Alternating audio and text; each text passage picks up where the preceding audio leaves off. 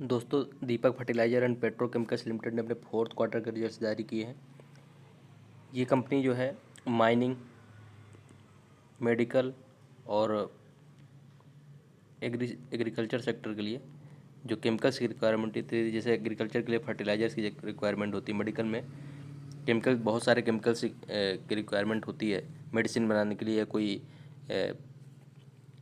Lab में test करने के लिए, और माइनिंग में एक्सप्लोजिव के रूप में जो ब्लास्ट किया जाता है उसको एक्सप्लोजिव के लिए केमिकल की रिक्वायरमेंट होती है, या एक्सप्लोजिव की रिक्वायरमेंट होती है, वो भी केमिकल होता है। तो ये सारे केमिकल्स मैन्युफैक्चर करती है कंपनी दीपक फर्टिलाइज़र। इसने अपने फोर्थ क्वार्टर के रिजल्ट्स जारी किए हैं। कंपनी ने 10 रुपीज़ पर इक्विटी शेयर का डिविडेंड भी अनाउंस किया है। आइए देखते हैं कंपनी का परफॉर्मेंस फोर्थ क्वार्टर में कैसा रहा। एक्चुअली डेटा लैक्स में मैं आपको करोड़ में बताऊंगा। तो अगर कंपनी की टोटल इनकम की बात की जाए तो प्रेजेंट क्वार्टर में कंपनी की टोटल इनकम 2717 करोड़ के आसपास है। पिछले क्वार्टर में कंपनी की इनकम 2591 करोड़ की थी। तो क्वार्टरली बेसिस पे अगर देखा जाए तो कंपनी की जो रेवेन्यू है वो लगभग 5% के आसपास यहाँ पे इंक्रीज होते हुए दिखे हैं। जबकि लास्ट ईयर अगर कंपनी के रेवेन्यू की बात करें तो 2158 करोड़ का कंपनी ने रेवेन्यू जनरेट किया था। तो ईयरली बेसिस पे अगर देखा जाए तो कंपनी की जो रेवेन्यू है लगभग 26% के आसपास यहाँ पे बढ़ते हुए दिखे हैं।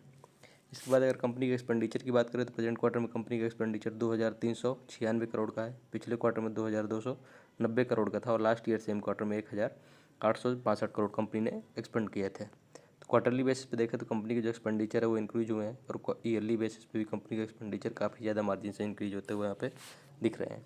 इसके बाद नेट प्रॉफिट यानी प्रॉफिट आफ्टर टैक्स की बात करें, प्रेजेंट क्वार्टर में कंपनी का प्रॉफिट है 277 करोड़ का, 277 करोड़ का।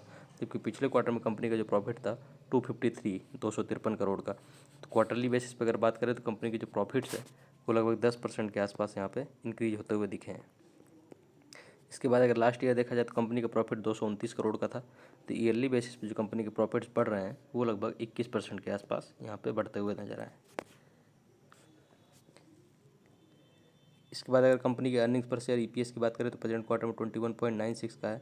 पिछले क्वार्टर में 19.96 का था, जबकि लास्ट ईयर सेम क्वार्टर में 17.83 का था। तो प्रॉफिट की तरह ही क्वार्टरली और ईयरली दोनों बेसिस पे कंपनी की जो अर्निंग्स पर शेयर है ईपीएस वो भी बढ़ते हुए यहाँ पे नज़र आ रहे हैं। इसके बाद अगर कंपनी के असेट्स की बात करें तो प्रॉपर्टी प्लांट और इक्विपमेंट में जो कंपनी के जो असेट्स एम्प्लॉयड है वो है 5427 करोड़ का। जबकि लास्ट ईयर कंपनी के जो असेट्स था 5595 करोड़ का। मतलब ईयरली बेसिस पे अगर देखा जाए तो कंपनी के जो असेट्स एम्प्लॉयड है उसमें डिक्रीज देखने को मिल रहा है।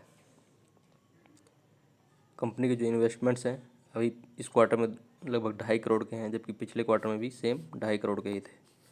तो असेट्स जो इन्वेस्टमेंट्स है कंपनी का उसमें कुछ चेंजेस ने ईयरली बेसिस पे यहाँ पे देखने को नहीं मिले हैं। इसके बाद अगर कंपनी की सेगमेंटल रेवेन्यू की बात करें, किस सेगमेंट से कंपनी कितना रेवेन्यू जनरेट होता है, तो कंपनी का केमिकल्स जो कि मेडिकल सेक्टर में यूज होते हैं उसकी मैन्युफैक्चरिंग से कंपनी का जो रेवेन्यू जनरेशन है 12,248 करोड़ का है। जबकि फर्टिलाइजर्स जो कि एग्री सेक्टर में यूज हो रहे हैं उससे जो कंपनी का रेवेन्यू जनरेशन हो रहा है वो प्रेजेंट क्वार्टर में 1160 करोड़ के आसपास कंपनी ने रेवेन्यू जनरेट किया है। जबकि रियल्टी सेक्टर में कंपनी का जो रेवेन्यू जनरेशन है वो केवल मात्र 5 करोड़ के आसपास का है। तो मेजर जो रेवेन्यू जनरेशन इनका हो रहा है केमिकल्स की मैन्युफैक्चरिंग से और फर्टिलाइजर से।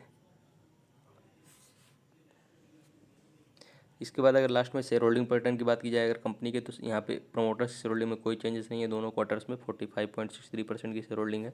अगर एफआईआई की शेयर होल्डिंग देखें तो क्वार्टरली बेसिस पे यहाँ पे डिक्रीज देखने को मिल रहा है। पिछले क्वार्टर में 11.56% की शेयर होल्डिंग थी एफआईआई की, अभी डिक्रीज होकर 10.73% हो गई है।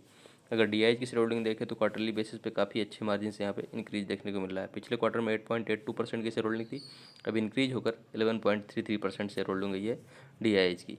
तो ओवरऑल अगर रिजल्ट्स का एनालिसिस किया जाए तो 10 रुपीज़ पर इक्विटी शेयर का कंपनी ने डिविडेंड भी अनाउंस किया, ये एक पॉजिटिव चीज़ रही इन्वेस्टर्स के लिए।